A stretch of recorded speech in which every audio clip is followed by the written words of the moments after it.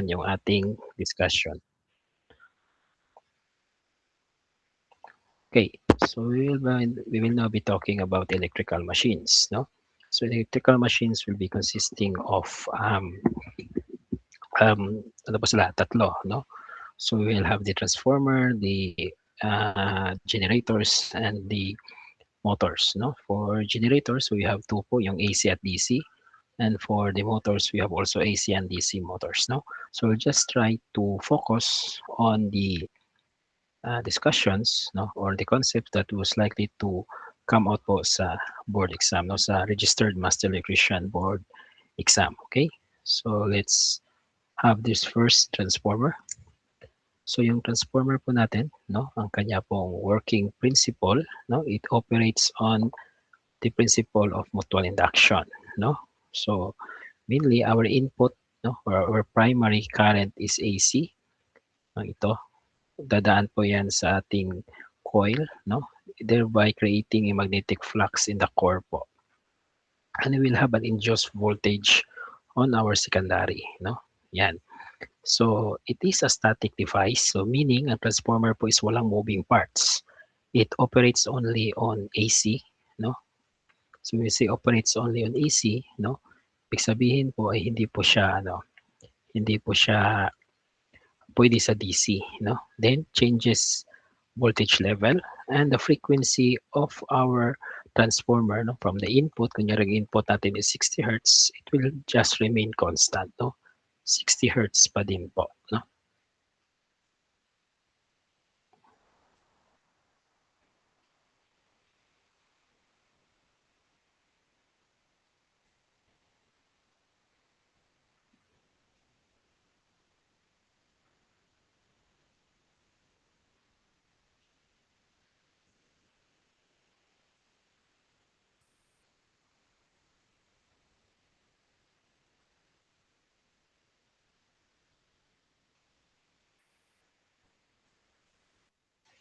Okay.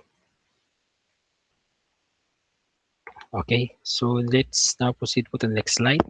So we have this equation, no, for this is the equation for the transformer, no. So ito pong buong to, no, yan. Okay. So ang tawag po dito is the transformer ratio, no. Okay. So meaning, no, this transformer ratio is used, no, to calculate every part po ng or every quantity po na makikita natin sa transformer. Okay. So for example po, no, we have here VP. So VP is the primary voltage.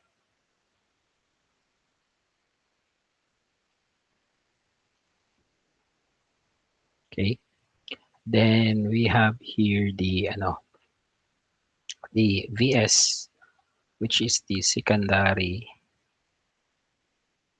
voltage. Then you have the NP, which is the primary turns.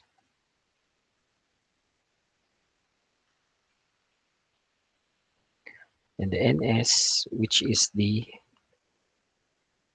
secondary turns. Okay, then we have the IP, which is the primary current, and the IS is the secondary current. Okay, no? Then, so for this one po, no, kunyari hinahanap natin is VP, so all we need to do is to do the ratio and proportion in order to get po the primary voltage, no? And sa baba po ito is the efficiency of our transformer, no? So yung P sub out, that is our output power. Yung P sub in po naman natin is the input power, no? Times 100%, and you will get your efficiency. Okay, so there are also tests done on transformer, no? So we have the first one, the open circuit test. So the open circuit test is useful to get the core loss, where the short circuit test is used to get the copper loss, no? So From that, we have the losses of our transformer. So our core loss is constant throughout the transformer po. Hindi po nababago yung ating core loss regardless po of the size of the transformer. So we have the hysteresis loss and the ED current loss. And we have also the copper losses, which is variable. It depends on the current of our transformer. No? So para hindi klaro yung formula dito, so this is P copper is equals to I squared times R. So yan po yung ating copper loss. No? Yan po yung losses na nasa ating winding po. No? Yung ating coil po ng ating transformer. Habang yung core loss naman is galing sa core ng ating transformer. Okay, so we have this example. No? Suppose winding resistance is 0.5 amperes and the current is 20 amperes. So we need to find the copper loss. No? So solution. So we'll just be using po the formula. No? P copper is equals to I squared times R. So our current is 20 amperes square and our R is 0.5 ohms. No? Okay, so if we'll be using our calculator, okay, so that is 20 squared times 0.5, no? Gawin natin.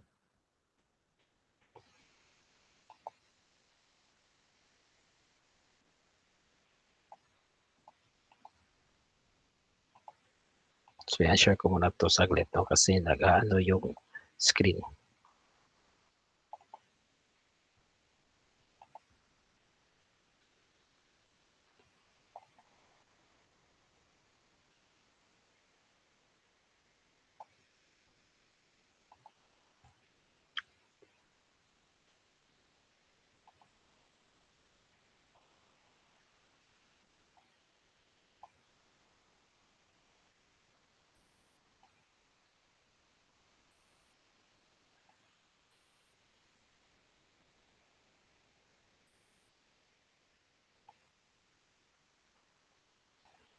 Okay, so we have here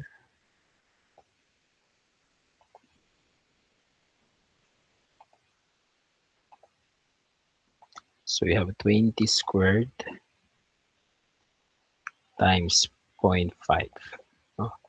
So this is equal to 200, no? So 200 watts, no? So yung ating copper loss po is 200 watts. Okay? Next po tayo.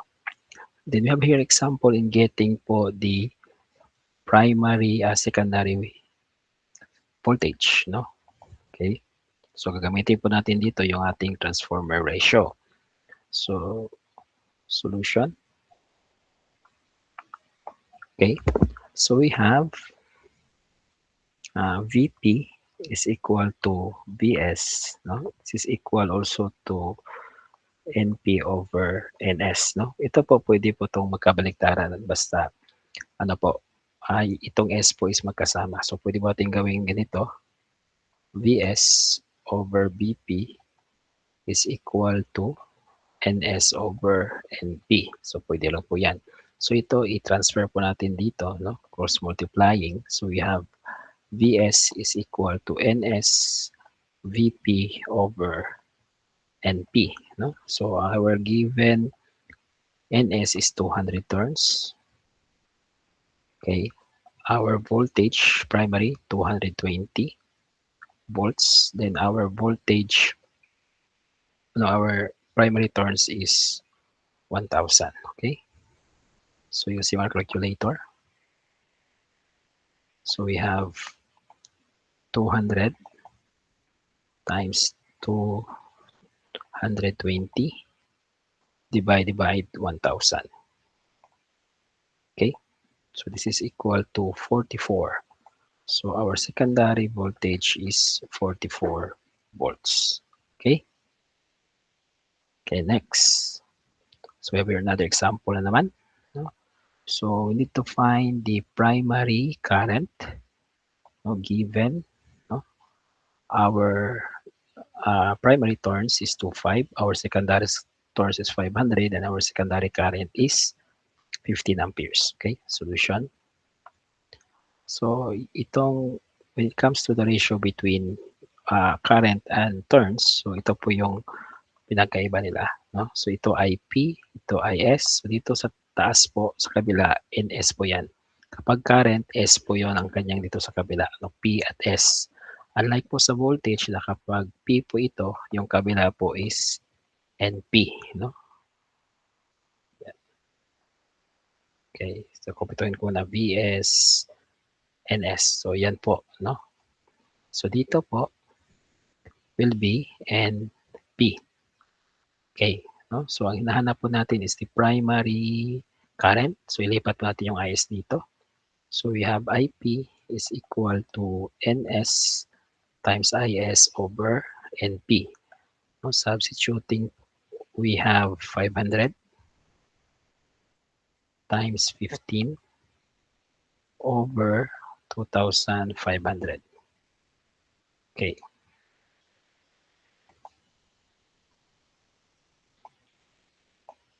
So 500 times 15 over 2,500. So that is equal to 3, no? So yung ating primary current po is 3 amperes. Okay. So ganyan na po yung pag-solve po ng ng ating primary voltage, primary current, no? Using po the transformer ratio. Okay. So let's now proceed to efficiency, no? So we have here the input is 100 kilowatts. The output is 95 kilowatts, no? Hinahanap po dito is the efficiency, no? So solution. Okay. So efficiency is equals to PO over PN times 100. So our output, no, is 95 kilowatts. Then our output is 100. So 100 kilowatts. So times 100. So the efficiency is equal to, okay, so we have 95 divide 100. So times 100. So that is equal to 95. So we have 95% as the efficiency. Okay. Then we now go to DC motors, no? Okay, so DC motors, no? The definition of DC motors, it converts mechanical energy to DC electrical energy. So it has five main parts. We have the yoke, no? Ito po yung yoke natin. The windings, no? Ito po yung mga copper windings dito. The armature, which is the rotating one. Ito po yung armature natin. The commutator, also known as the mechanical rectifier, and the brushes, no? So let's find out po kung ano yung mga gamit ng bawat parts na yan. Okay, so the yoke is for the mechanical support, no? Ito po yung support ng ating generator kasi umiikot po ito para hindi po siya mahulog or masira. The field windings produces the magnetic flux. So ito, no? Yan, ito po nakapalibot. The armature is a rotating conductor. So ito, ikot po yung conductor. The commutator, mechanical rectifier, it converts, no? Kasi yung output po ng ating DC generator is AC po yung output niyan, no? Pagpasok niyan sa ating commutator, nagiging DC po yan, no? DC pulsating. Okay. Okay, no? So paglabas po sa ating brushes niyan, ito na become a steady DC, no? So it is connected to the external load ng ating brushes. Okay. So speaking of winding, we have different types of armature winding po sa ating motor. So we have lap winding. So the application for lap winding is for high current, but it is for low voltage also. So yung current path niya, kung ilan po yung path na dadaanan ng current, which is symbolized or which is represented by A, so that is equals to M times P. So meaning po ng M is the number of parallel paths per pole, at yung P po natin is the number of poles. Habang yung wave winding naman is for high voltage, no? Exactly opposite po to ng lap winding. Low current, and the current path is equals just to 2M, which is the number of parallel paths per pole. Okay, so for example, we have this current path, no? So current path, we have a 4-pole duplex lap winding o duplex lap winding. So ang hinahanap po dito is yung A, no? For lap winding, A is equals to M times P, no? So yung ating number of current paths per pole po dahil duplex, so 2 po yan. Yung ating pole is 4, no? So kaya po this will be 8. So this is for lap winding. If wave po yung hinahanap, no? So that will be, ano ko muna itong mga kuan dito. Okay. Okay. So for wave winding, this is equals, A is equals to 2 times M. So that is, M is the number of parallel paths. So duplex, so that is just equals to 2 times 2. Yung M natin po dito is 2. So this is equal to 4. No? Yan. Okay. Next po tayo. So we have the generated EMF of a generator. So EMF po means electromotive force. No? So this is electromotive force. Okay. So E is equals to P N Z phi 60A. Yung P po natin is number of poles. Yung N is the speed, which is in RPM. Iba po to sa N kanina sa transformer, which stands for the number of turns. Z is the total conductor. At yung phi po natin is flux, where A is the number of parallel paths or the number of current paths. Okay? So let's try to use po this formula in an example.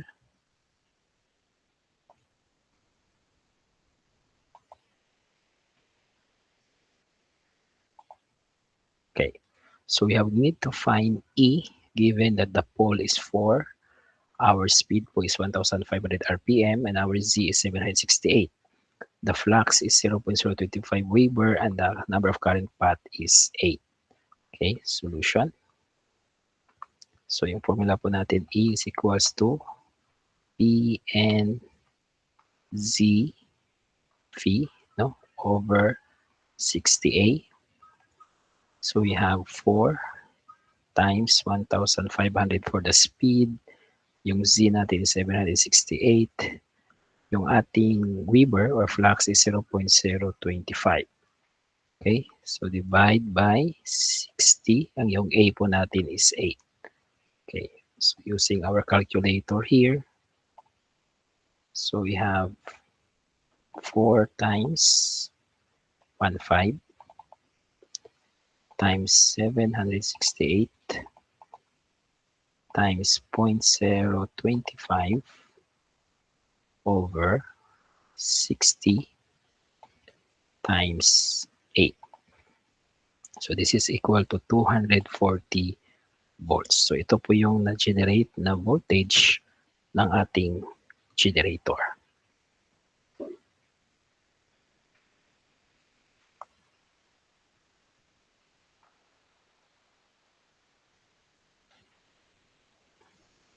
Okay, so next po tayo. Then we have alternators. No? So alternators, so it is defined as a machine that converts mechanical energy to AC electrical energy. No? So meaning, yung mismong output po ng ating generator was used, no, for this one. So that's why it's called alternator, from alternating. So alternator po yan. So we have the comparison of a DC generator and an alternator. So yung DC generator po is yung armature po yung umiikot. Tapos may commutator, tapos produces DC. Habang yung alternator po naman is yung field po yung nag-rotate. So meron po siyang slip rings, hindi po commutator, habang kanyang output po is AC. Okay, so the main parts, no, of our alternator, so we have po Ano po sila? Dalawa. So we have the rotor, which is the rotating field. Ito po yan. Habang yung ating stator naman is now the armature. No? So kabaliktaran din po kanina ng ating ng ating tawag doon, ng ating DC generator na yung umiikot po natin is the armature. For alternator, yung umiikot po natin is what we call as the rotor or the field. No? Kasi yung field kanina po yun yung umiikot sa DC generator. At yung armature naman po natin ngayon ang stationary. So isa din po yan sa pinagkaiba ng DC generator at ng alternator. Okay. So to get the frequency po ng ating alternator, so we have the formula. F is equals to P times N over 120. So wherein P is the number of poles and N po is the speed in RPM. Okay, no? So ito 120 po, this is constant, no? Hindi po ito maaaring palitan ng ibang number, no? So that is constant po sa ating formula. Ano tayo? 6, no? So we need to find the frequency of a two-pole alternator at 150 RPM, no? Okay. Okay, so solution po. So yung ating pole po is 2 habang yung ating RPM is 1,500, no? So the formula is F is equals to P times N over 120, no? Substituting po, we have 2 times 1,500 divided by 120, okay? So we have 3,000 divided by 120. So that is equal to 25, no? So F is equal to 25 hertz, no? Okay? So yan po yung ating sagot.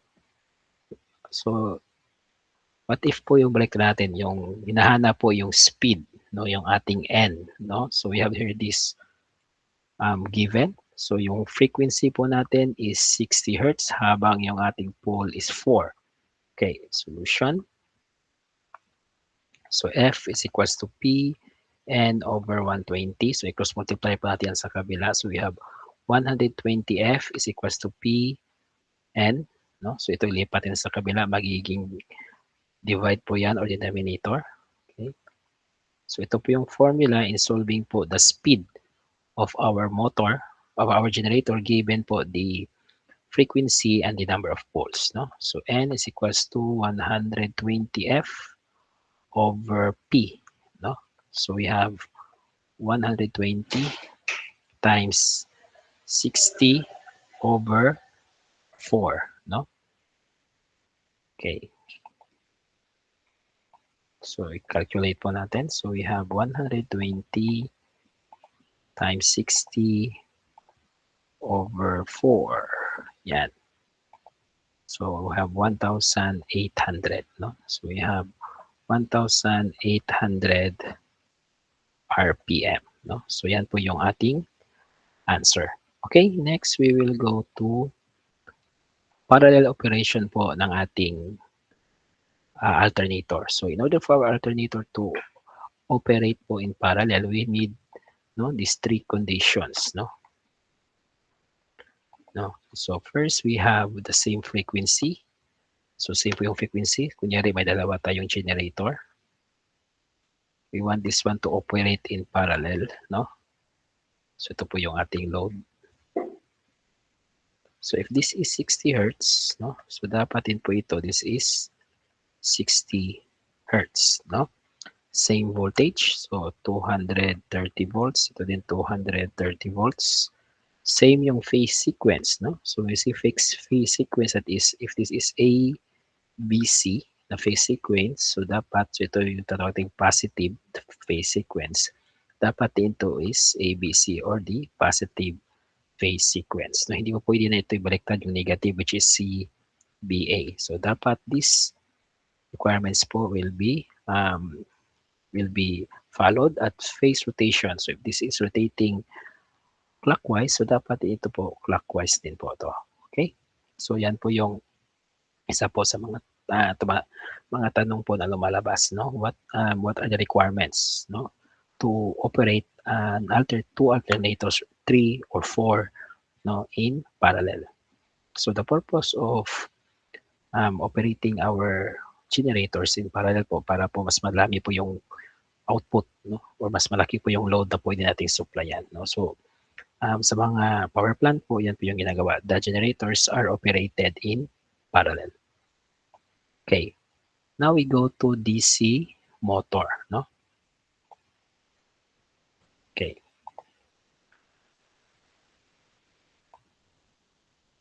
Okay, so we have DC motor, no, by definition. So DC motor converts electrical energy to mechanical energy, no? Pero yung source ng electrical energy is a DC source, no? Okay, so types of DC generator, we have the shunt motor. So ito po is nearly constant ang kanyang speed, usually used for fans, no, lathes, and machine tools. We have also series motor, no, very high po ang kanyang starting torque. So it is used po for cranes, hoist, and elevators. So this series motor should never be run, no? Hindi po siya pwedeng umandar kapag wala pong load, no, kasi baka po masunog ang kanyang winding. Then we have compound motor. So this is a combination of shunt and series. So it is application is usually for presses and conveyors, no? So we have also the back EMF. So this is the EMF produced po ng winding po ng ating motor, no? So as it rotates, so there is opposition. So this is voltage po na create which opposes the supply voltage. So it protects the motor from excessive current, no? Thereby protecting po our RA or our armature current para hindi po masunog. Okay? So to get po the horsepower, no, of our motor, so ito po yung formula. So T times N over 522, no, wherein yung given po natin for our T, which is the torque, no. So at lang dito, T is the torque. Tapos yung N po natin is the speed, no. So pound-feet po, no, pound-foot. Ito naman sa kabila, 44,760 if the given torque is in Newton meter. So the N are all speed, in which the unit is RPM, no? So RPM pala stands for revolutions per minute, no? Ilang ikot, no, in 1 minute. Okay. So let's have some example, no? Find the horsepower if the torque is 200 pound-foot and the RPM is, or the speed is 2000. Okay. So the formula, okay, so HP is equals to Tn over, no? So yung sa baba po yung iba, no? Ito po ay 5252 or 5,252. 5,252. So we substitute the given. So we have 200 times 2,000 over 5,252. Okay. So we have 200 times 2,000 over 5,252. Okay, so we have 76.16. So this is 76.16 horsepower, no? Yan, so yan po ang kanyang horsepower rating po ng ating DC generator. Okay, so ito naman ang hinahanap po is torque, given po yung ating tawag doon horsepower and the speed, no? So yung horsepower po natin is HP habang yung ating speed is RPM. Okay, solution. So we have HP is equal to Tn over 5252. Okay, so ilipat natin ito sa kabila. We have HP times 2 times 5252 over N is equal to T, no? So our T now is equal to HP over 5252 divided by N. So i-substitute po natin. Okay, so we have 200 times 5252 over 15. Okay, so by our calculator, so we have 200 times 5252 over 1500. Okay, so this is equal to, so 7.27 or 7.27. That's 76.27. Okay, so 700 pala. 700.27. So ang ginamit pa natin is 5252. So this will be pound foot, no? In case po ang ginamit natin is yung isa, yung ito po, 44,760 po yung denominator. So our formula will become T is equals to HP times 44,760 over N, no? So if substitute po natin yung ating given, so we have 200 times 44,760 over 15. So our torque is equal to, so baguhin na natin ito po yung sa taas, no? Okay, 44,760. Okay, so this is equal to 5928, no? So 5928, no? So this is Newton meter, no? Yan. 28 pa 6, 68 pala. This is 68, yan. So ito kapag ginamit itong 44760, so yung unit natin is magiging Newton meter. Ito naman pag 5252, yung torque natin will be in pound feet. Okay?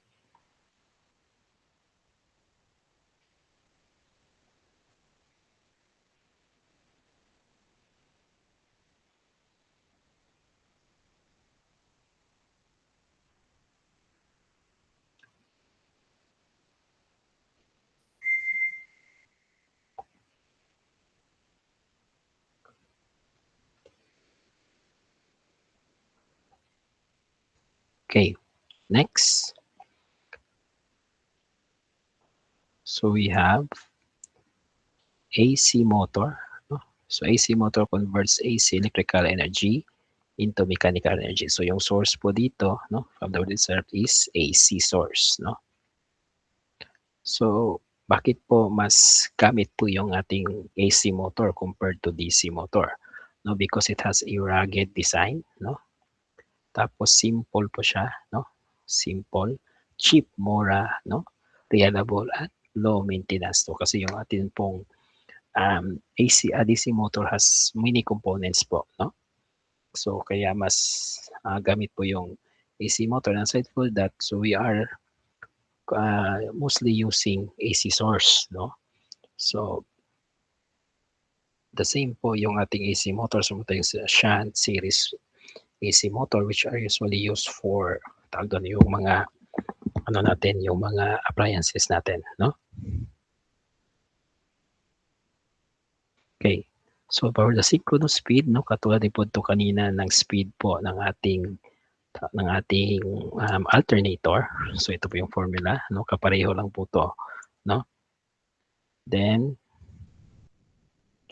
so if we need to find po the synchronous speed, I believe pareho lang po to kanina na example, no? Okay, so solution. So we have NS is equals to 120 F over P. Okay, so we have 120 times 60 over 4. Okay, so we have 120 times 60 over 4. Okay, which is 1,800. So we have 1,800 RPM, no? So yan po yung kanyang synchronous speed. Okay, so ito naman nahanap po yung frequency, no? Okay, so yung frequency po natin, so same po to ng formula kanina po sa ating frequency ng alternator. So F is equals to Pn over 120.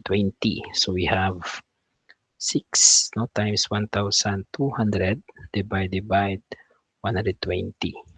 Okay, so using our calculator, no, so we have 6 times 1,200 divide 120. Okay, so that is equal to 60, no? 60 hertz. Yan. Okay?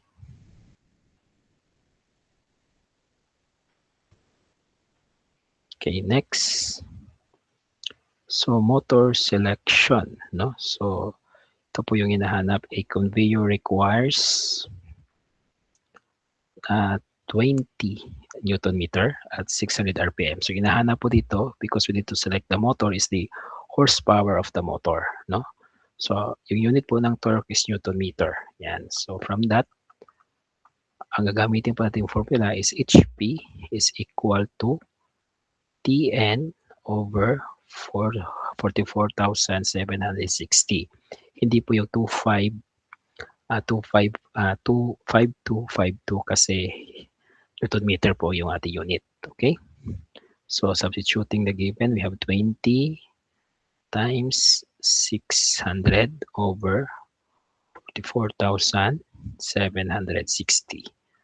Okay, so using our calculator, have 20 times 600 over 44,760.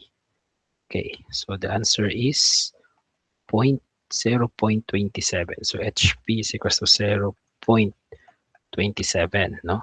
But we know yung rating nating mga ng ating mga yung ating mga motor will start po at A18, no? Yan po yung pinakamababa. So let's try po to know kung ano po yung decimal ng 1/8. So 1 divided by 8. Okay, so this is 0.125, no? Hindi po yan pwede. So sobrang liit po. So next is 1/4 horsepower. Okay, so 0.25. So kulang po pa rin, no? So if in case po may 3/4, no?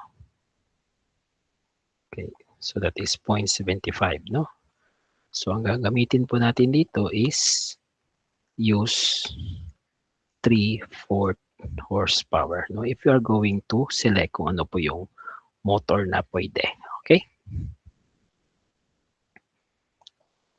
Okay, so we have this comparison between generators and motors, no? So generator, it transforms mechanical to electrical. Motor is electrical to mechanical. So it produces electricity. Yung motor po natin consumes electricity. The output of our generator is voltage and current, while the output po ng ating motor is the torque and the speed or the mechanical output. So yung ating generator po, ang nagpapaikot po niyan is the prime mover. While yung ating motor po, ang pinapaikot po niyan is any mechanical load, gear, conveyor, mga ganyan. So ito po yung kakatandaan. So generator gives electricity. Motor naman is nagpapagalaw or makes motion. Okay? Okay, so we have here some quick board exam facts na yung mga pinaka-common talaga na bumabalik, no? So, sa transformer test, pag open circuit test, that will be core loss. Pag short circuit, that will be copper loss. Okay? Pag DC generator naman, yung commutator, yan yung mechanical rectifier. So, ito po yung pinaka-common. Sa alternator, ang nag-rotate po is yung rotor. Yung ating stator po, o yung ating armature, lagyan ko lang ito, armature, is stationary, no? Sa DC series motor, so yung DC series motor po may pinaka-highest starting torque. Okay. So DC shunt motor is nearly constant ang kanyang speed. Habang yung AC induction motor is the most common industrial motor. Ito po yung pinakagamit na motor, no? When it comes to AC motor, no? So the other type of AC motor is the repulsion type, no? Repulsion. So ito po yung pinakaunang design ng motor, repulsion motor, no? But the only problem is is this one is it is much much high po yung maintenance, so kaya nagiging mas madali pong gamitin yung induction motor, no? So when I say induction, due to magnetic field, no? So induction, yung repulsion naman is magnetic field siya, pero we are using the principle na kapag hindi pareho yung pole, so magiging hindi sila mag-a-attract, no? So kaya the repulsion, you must have always a magnetized, no? Magnetized na field or pole para maging maabot mo yung repulsion. Okay? Yan.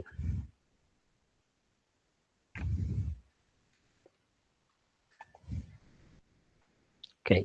So now we will try to have some practice test po, no? So ngayon naman, kayo na po yung magsasagot or mag-answer po sa ating mga questions, no?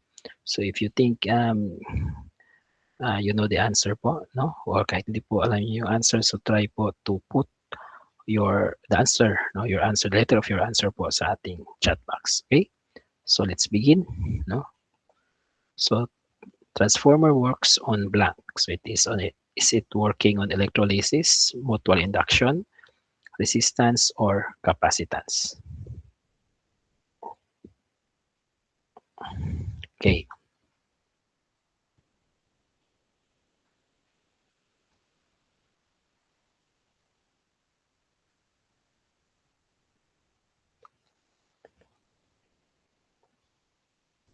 So 1 minute po, no?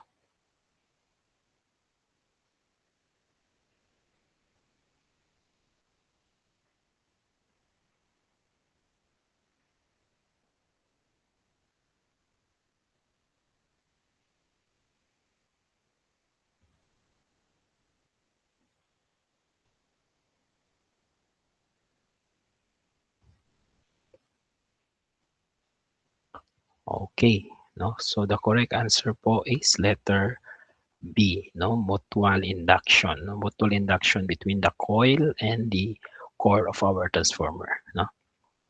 Okay, next. So a transformer operates on blank.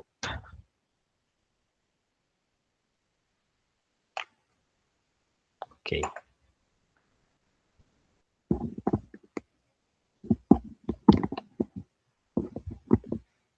So ano po kaya yung ng transformer, saan po yung nag-operate, yung source niya?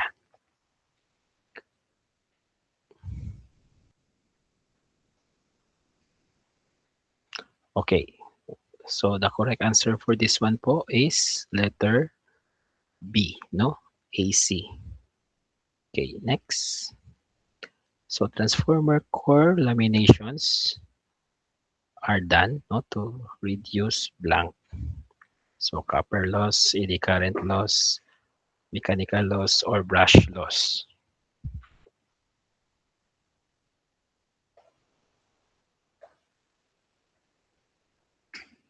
So isa din po to sa pinaka-common po, no, question.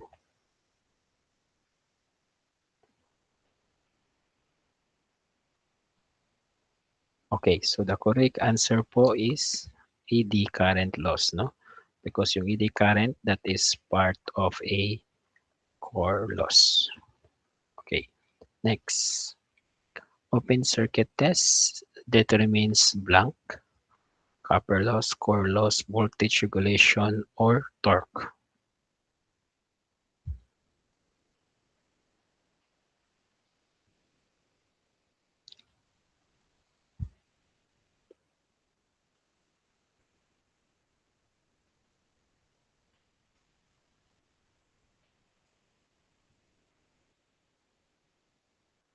Okay. So the correct answer po is letter Okay, so let's try po kung we will go back po dun sa ating quick facts, no? Okay, so open, that is core loss. Okay, yan. So letter B. Okay, next po. Short circuit test, determine blank.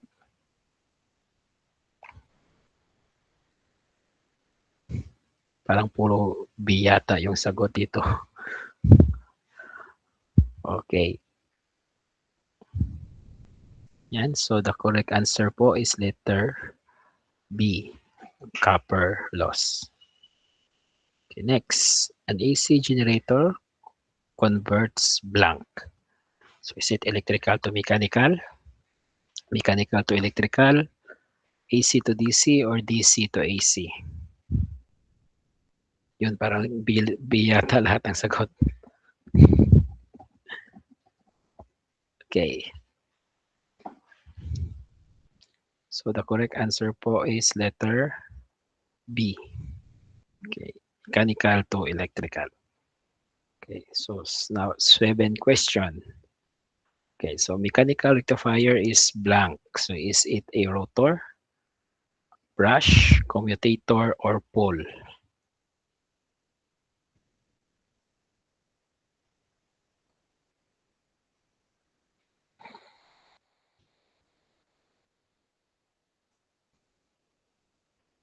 Okay, so the correct answer po is letter C, commutator. Okay, so number 8 tayo.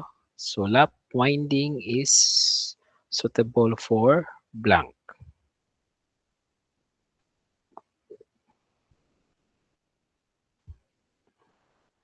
Okay. So is it for high voltage, high current, low current, or transmission? So let's try to check po kung saan po. Okay, so this is for lap winding. Okay, so lap winding is suitable for high current, no?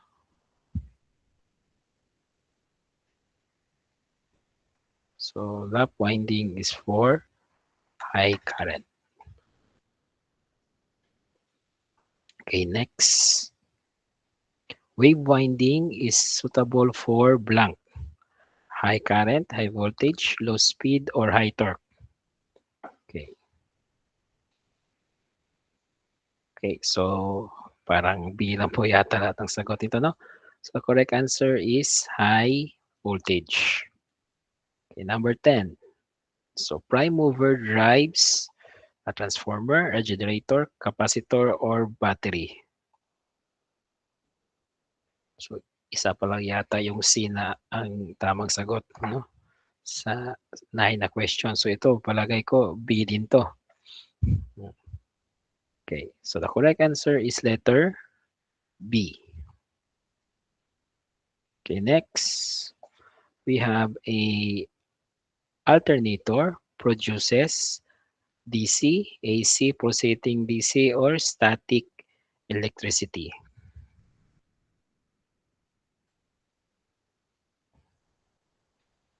Okay, so the correct answer po is letter B. Okay, next. Uy, bakit ang liit? Yan. So the rotating part of an alternator is the stator, rotor, armature, or the brush. Okay, so correct answer po is B. Okay, so bonus question po. Ano po yung rotating part ng DC generator?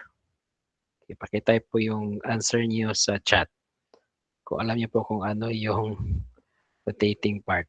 If the question is DC generator. Yan. Okay.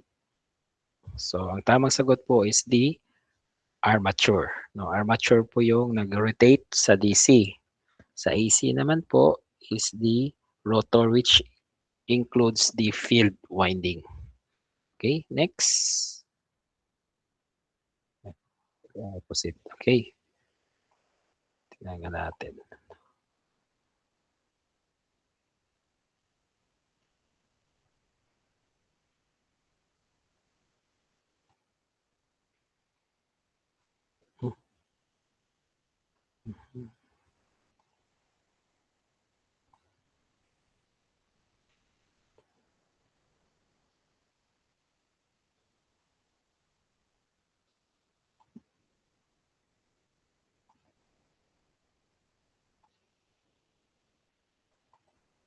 Okay, so dito pala.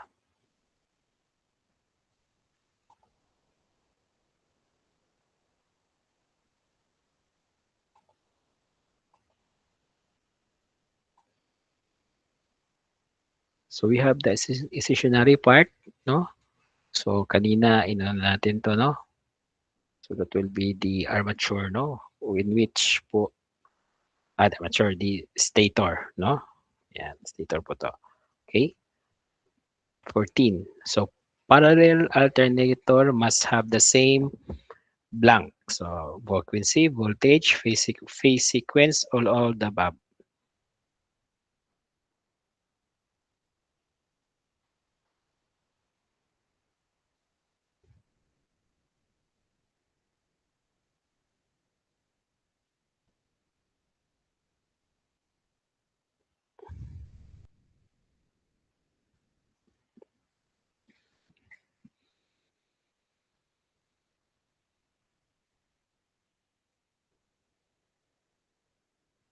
So din po dito yung sagot nyo, no? Okay, so the correct answer po is letter D. So ang kulang na lang po dito is yung isa which is the phase rotation. Okay? Next, DC motor converts. Okay, parang binalik. Motor. Generator pa to kanina. Okay, so yung DC motor converts mechanical to electrical, electrical to mechanical, AC to DC, frequency to voltage. So alin po dito yung sagot nyo?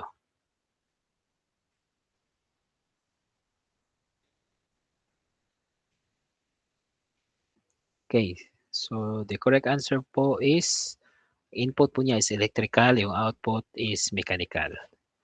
So letter B po. Okay, next, 16. The highest starting torque motor is blank. So is it a shunt, series, compound, or universal?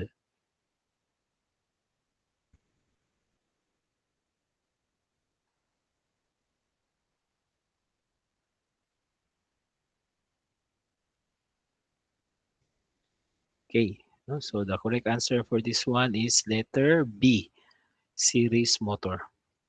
Okay, so ano lang po, siguro hindi po napasama kanina. Meron pong tanong, no, dati is about universal motor. So ang tanong po is, what type of motor is a universal motor? So when we say universal motor po, no, so it can operate in both AC and DC supply. So kaya tinatawag siyang universal. So ang tanong is, anong type ng motor? Is it series, shunt, or compound? No? So the answer for that one, universal motor is basically, no, a series motor. No? Yan, series motor. So yan po yung tamang sagot. No? In case po yan po bumalik, no? So a universal motor is just a series motor, no, which can operate in both AC and DC supply. Okay. Next, we have constant speed motor. So ano po ito yung almost, no, nearly running at constant speed. Okay. So the correct answer for this one is letter B. Okay, next. Okay, so ito, you will have a problem solving. So we need to find the synchronous speed of a 60 Hertz full pole motor. Okay, so siguro 2 minutes po.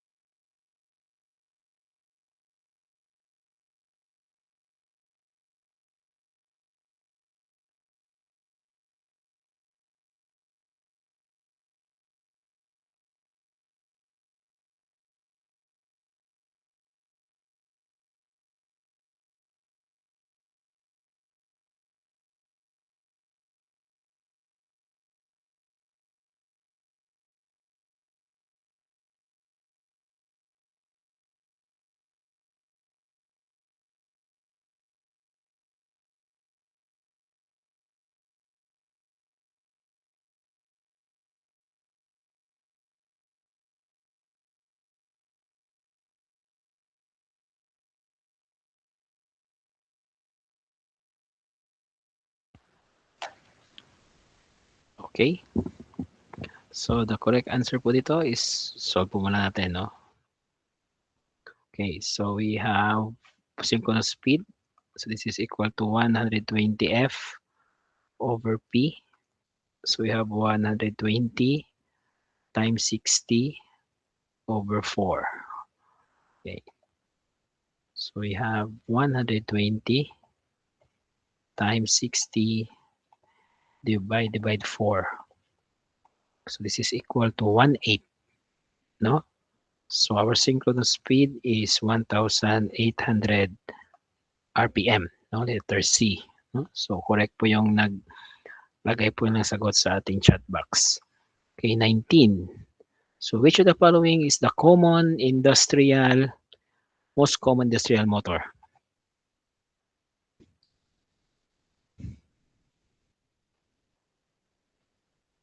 Yan. Okay. So the correct answer po is letter C, no? AC induction motor. Okay. So 19. So the generator output is blank. Motion, heat, electricity, or magnetism.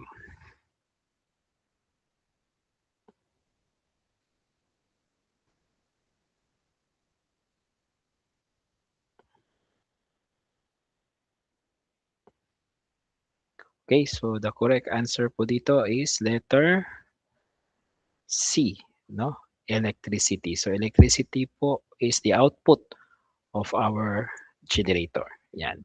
Okay. So I believe po nyo na po lahat ng ating practice test, no, for tonight, no? Okay. So if may tanong po kayo, we have a lot of time po for the question and answer, no? Kung may tanong po kayo, no?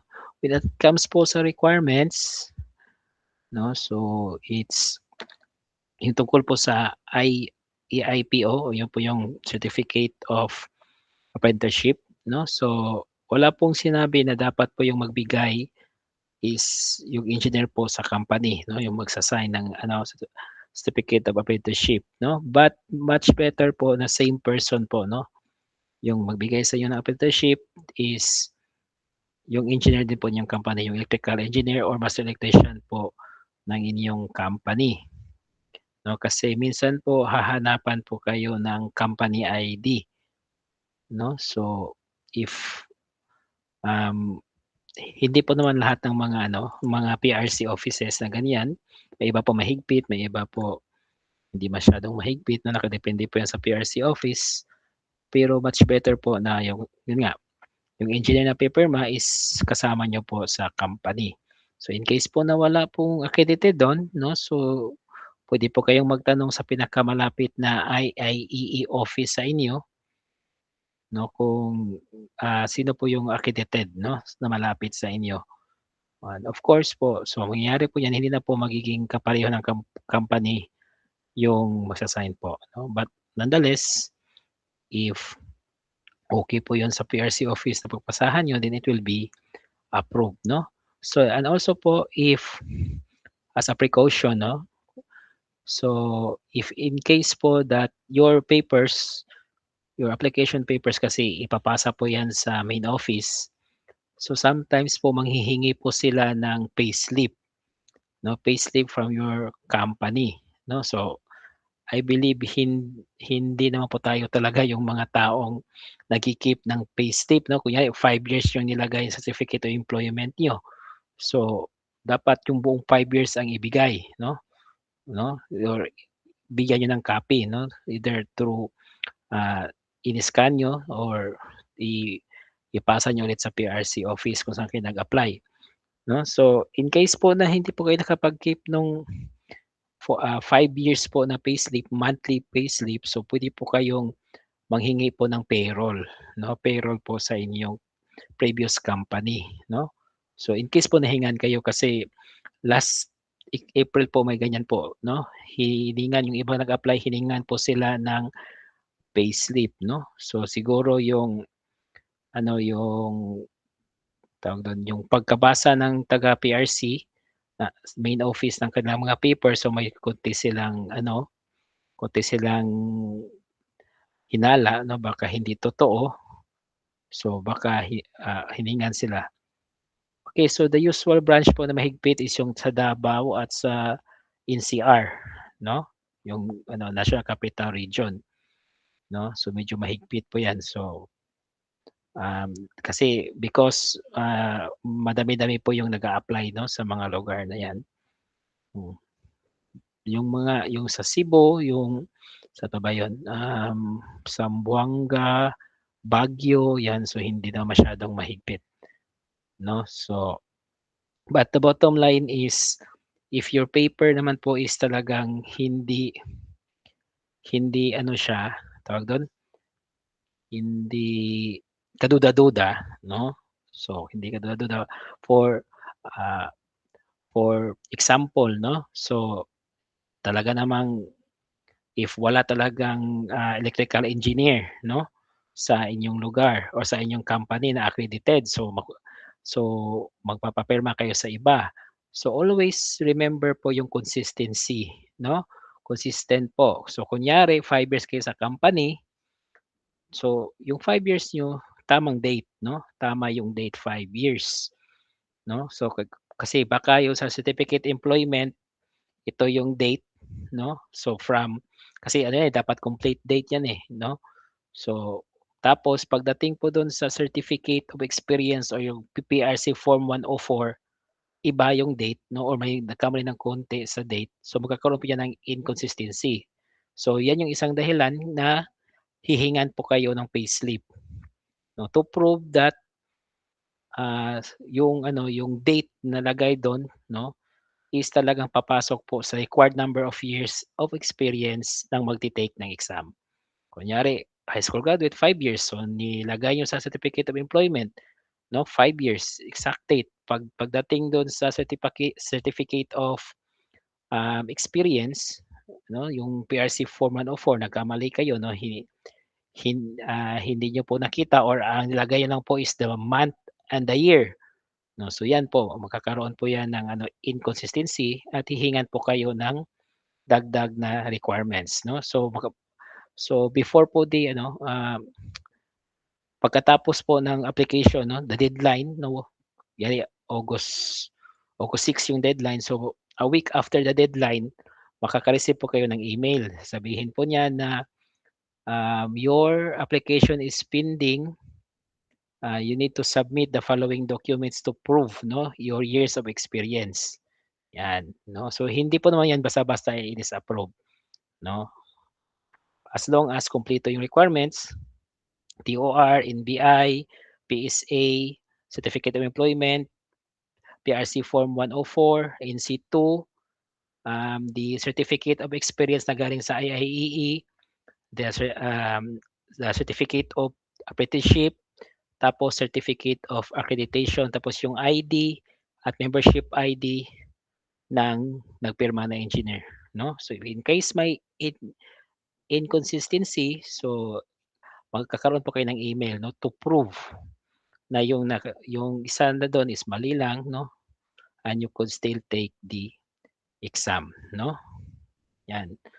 But but usually talaga ang kadalasang nakakakita ng mga mali or ng inconsistency kaya naghihingi, 'no. Okey, 'no, so mamaya na ko na yung sagot. Um, ang usually po nakakita, 'no, ng mga gano'ng pagkakamali is the NCR po at yung, Davao, 'no. So, yung last 2023, 'no, meron pa akong isang taga dun po na reviewee, so palagi po siyang tumatawag kasi hinihingan po siya ng payslip. Sabi ko naman, if in case if in case na hindi po makabigay ng payslip yung company niyo, payroll yung ipakita. Kasi yung payroll talagang may record 'yan. Ang requirement na sa payslip dapat nakalagay kung ilan yung deduction ng SS if private, 'no? Tapos sa PhilHealth at yung Pag-ibig, yun yung nakalagay dun.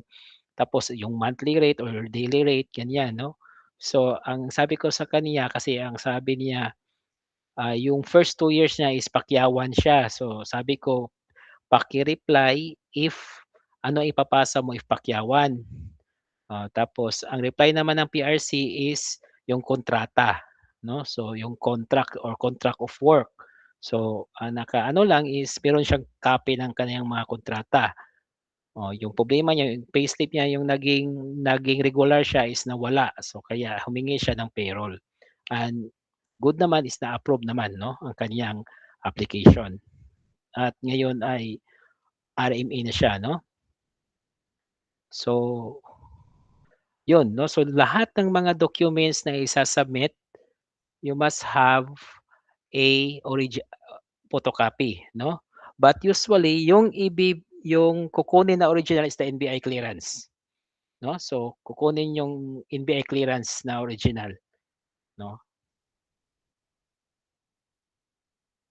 Okey, so puwede po yung ano sa college niyo na instructor, yung nag-aaral po ng ano, engineering. So, may college instructor kayo na electrical engineer tapos accredited po siya, so puwede po 'no, puwede niyo po yun na i-ano, siya po ang magsa-sign ng, certificate of apprenticeship at hihingi niyo po yung copy ng accreditation niya. Okay. So, again po, so kailangan po naka-photocopy lahat ng documents 'no, pero yung kukunin na original is yung NBI 'no, yung NBI clearance niyo 'no. So, magkakaroon naman po kayo ng ano, ng isang copy ng NBI kasi dalawa yung ibibigay niyan ng NBI, eh. Yung isa lang po yung kukunin ng PRC, yung own copy niyo po is mapapasa sa inyo din 'no, okey? So, may tanong po ba tungkol sa application 'no? So, nag-start na po yung application 'no, June 7 or June 6 na nakalimutan ko lang yung kung kailan talaga yung nag-start 'no, pero I believe that is June 7 'no, okey. So, ang deadline po niyan is August 6 'no, August 6. So, if kumpleto na po yung requirements niyo, so punta lang po kayo sa Liris 'no. So, i-search niyo po sa Google yung Liris 'no. Ita-type ko po sa chat 'yan, Liris po 'no. So, that is license examination renewal, um, IT services ng PRC. Yes po, puwede na po kayong mag-inquire 'no, yung mga special board exam sana 'no, sa OFW. So, puwede po kayong mag-inquire sa PRC 'no.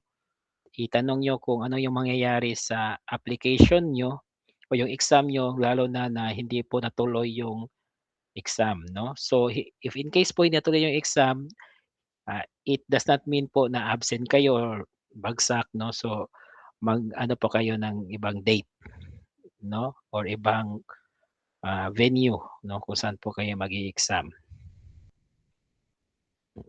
So, if medyo mahirap po yung pagpunta sa office, so puwede niyo pong i-search sa ano, sa website ng PRC kung ano yung mga telephone number at cellphone number ng mga offices 'no. So, talaga namang may sumasagot niyan 'no na mga so yung cellphone number kasi ako din madalas akong tumatawag sa PRC lalo na 'pag malapit na ma-expire yung license ko 'no.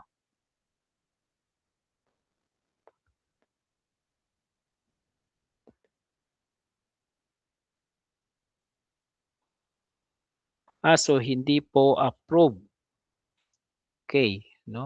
So yan, kasi iba kasi yung requirement from ano, from yung SPLE 'no, hindi na kasama yung yung mga IPO-IPO 'no, yung mga certificate of apprenticeship 'no. So mas mabuti po talaga na itanong po yan sa PRC office if you need to, ah, submit po yung talagang regular application or yung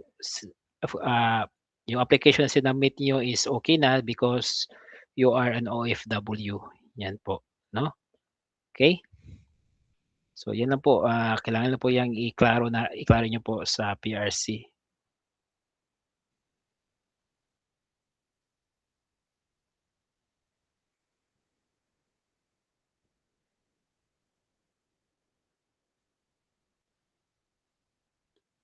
Okey.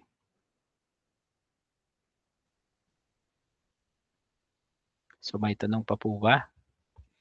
Okay, so I believe 'no, wala po tayong tanong 'no. So may tanong pa kayo just ano po sa chat 'no, minsan puwede po ako nakapag-reply kasi medyo, may iba din pong inaasikaso but I will try to reply po. So meron din po tayong ibang mga kasamahan po na medyo, may alam na po sa application process 'no, so puwede po silang makapag-guide sa inyo 'no. Okay, so we will try po na, kasi ang ano ko po talaga if hindi pa dumadating yung accreditation ko 'no, if in case po 'no, lalong-lalo na po yung, sa region na 6, 7, 8, 9 at 10.